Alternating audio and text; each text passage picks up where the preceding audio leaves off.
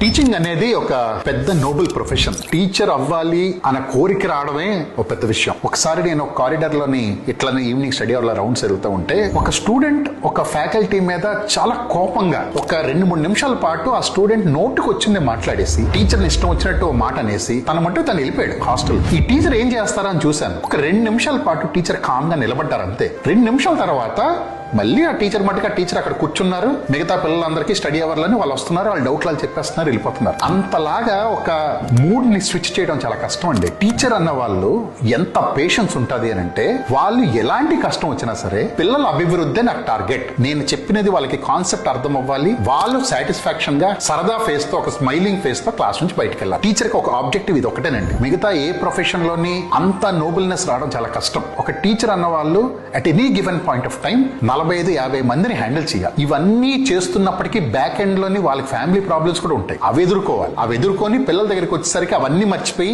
అంత యాక్టివ్ గా మళ్ళీ అక్కడ ఉండాలి. అందుకే ఇన్ని దేవోభావాల్లో పాటు ఆచార్య దేవోభావాన్ని స్టార్ట్ చేశారు. టీచర్లు అన్న వాళ్ళు ఖచ్చితంగా రెస్పెక్ట్ అనేది ఖచ్చితంగా పొందడానికి సర్వ హక్కులు ఉంటాయి. అది ఇవ్వడం అనేది మనం ఇచ్చినా ఇవ్వకపోయినా టీచర్ నుంచి ఎటువంటి నెగిటివ్ అయితే రాదు. టీచర్స్ ని మనం గనక ఫాలో అయ్యి మన టీచర్స్ ని మనం బాగా చూసుకోగలిగితే లైఫ్ కి ఫుల్ గ్యారెంటీ.